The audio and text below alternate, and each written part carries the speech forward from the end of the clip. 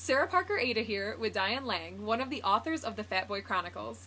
Diane, along with her co-author Michael Buchanan, will be at the New York State Reading Association's upcoming conference in Syracuse, New York, where they will be visiting some local schools and even hosting a teen night that invites students to come and watch the Fat Boy Chronicle movie and engage in a discussion. There's a lot to look forward to at the conference, so welcome Diane, and thank you for chatting with me.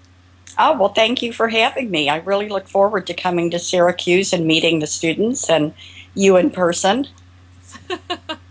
What events or situations inspired you to write the Fat Boy Chronicles? Mike and I had written other novels before, and we both are former teachers. I used to teach high school English, and Mike is a math and science teacher.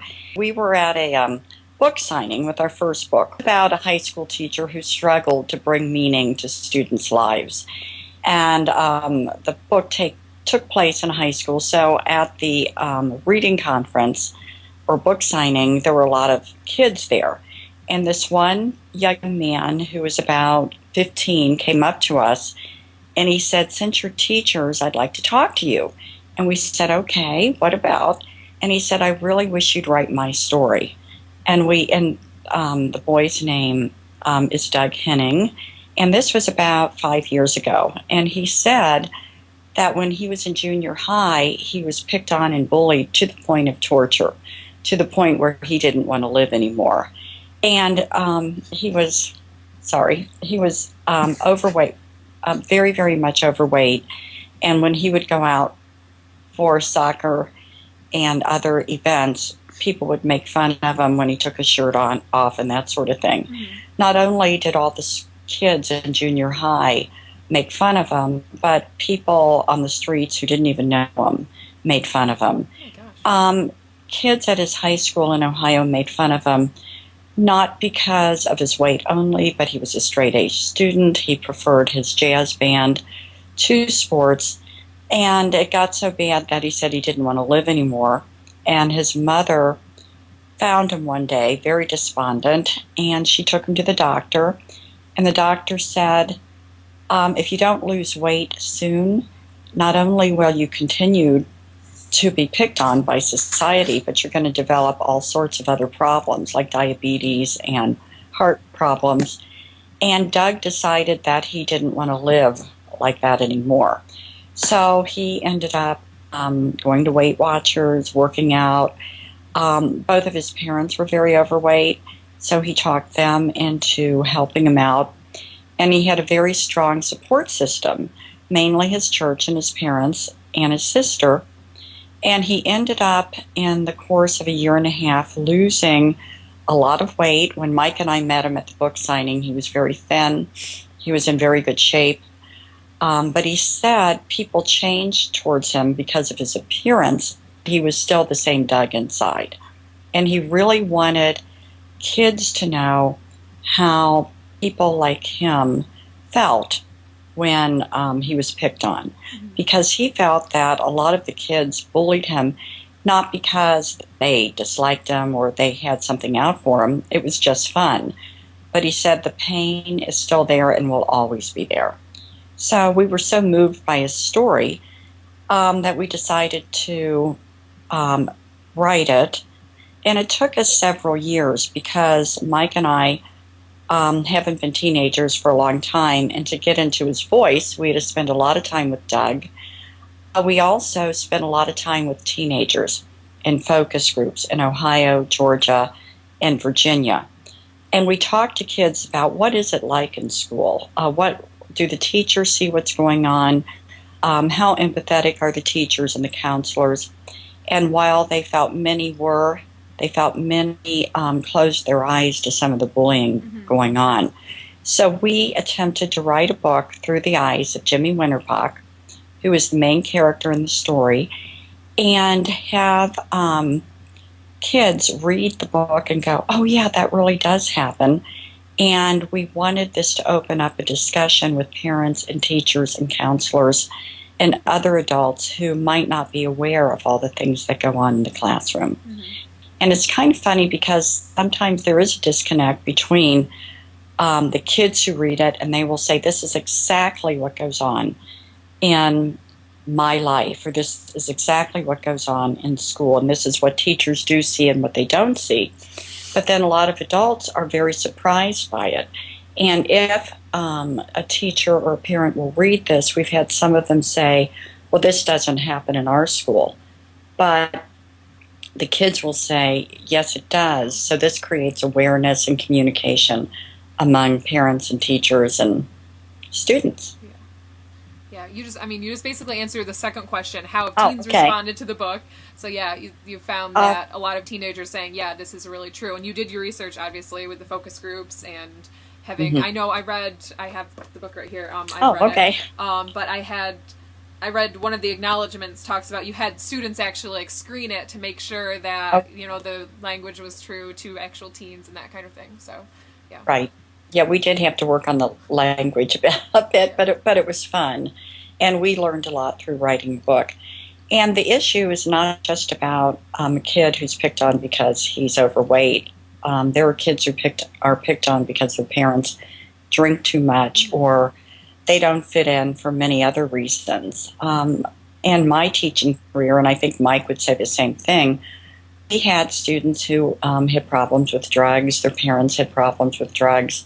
I had a lot of teenage girls who came to me and told me that they were cutters, and they told me why. And I felt that was very important to have the Sable character in the book. And Mike and I go around and we talk to kids in classrooms, often after they've read the book. And a lot of, it's amazing how many teenagers will open up to us, even though we're just there for one day in the classroom.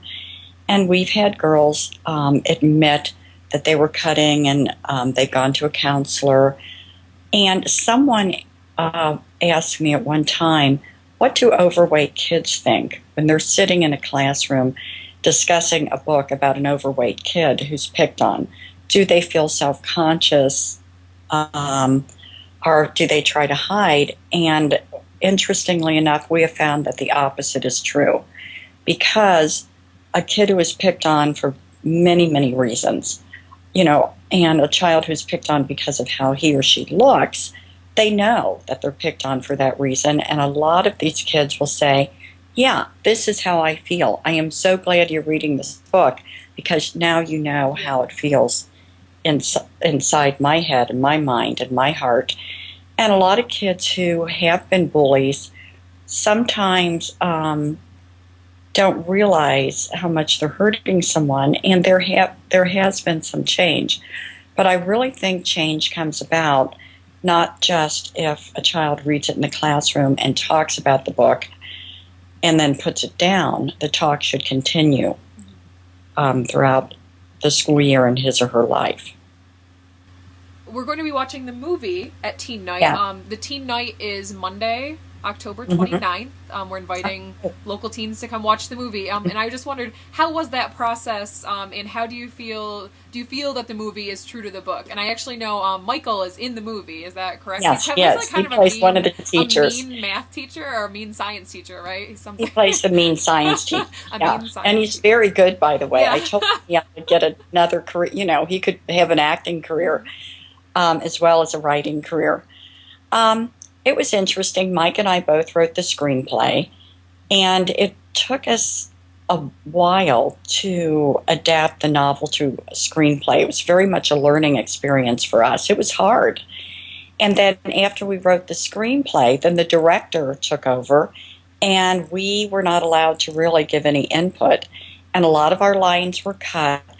And some students who have seen the movie and they've read the book sometimes will ask, well, the book is not, or the movie is not exactly like the book. Why was this left out? And what I tell them is there is a difference, no matter how true you try to stay to the book, between a visual art and a written art. And everything that is visual, a story that is told visually from a book, is a different story. And you have to think about the director's input, also the director of photography. He's the one who runs the big camera and does the close-ups. His input is it's really almost more his story than the director's story. It was very interesting casting for some of the actors. One of the interesting thing is when we put an all call out and we wrote little things about the characters, we had a lot of girls try out for the Sable character. We had a lot of guys try out for Nate and Rob, but only one actor tried out for Jimmy. Really? Mm-hmm. Huh. And I think because even in the acting world, there's kind of a stigma with that. And one of the actors in the movie, Ron Lester, he was in Varsity Blues and Good Burger, some of these cult teenage movies from the 80s or 90s. And when he was in those movies, he was very, very overweight. He weighed about 540 pounds. Now he plays the doctor in our movie, and Ron has since slimmed down to about 190 pounds. And he was very important, he said, to be in our movie because he felt that he wanted to be the doctor telling the kid that I was once like you. I was once like you, Jimmy, and I tried to laugh it off, but it's very painful, and I know how you feel. Wow, I did not realize that connection. So that's awesome. Yeah, it was Wow. neat. Very cool. Yeah, awesome. So the last question really is, what are you looking forward to most for the Syracuse conference? I really like to talk to kids. I haven't been, it's been a while since I've been in the classroom, and I still miss it. I still enjoy talking to kids, and it kind of, it lets me connect with kids all over the country. I enjoy what they have to say about the Fat Boy Chronicles. It's really interesting to see whether students connect to the characters or not. I enjoy seeing the reaction to the movie, and I like to talk to kids about writing ideas. We're working on Sable's story, and it's just wonderful to talk to students and say, well, what do you want for Sable? What do you want her to do? Should she stay with Jimmy? Should she find another boyfriend?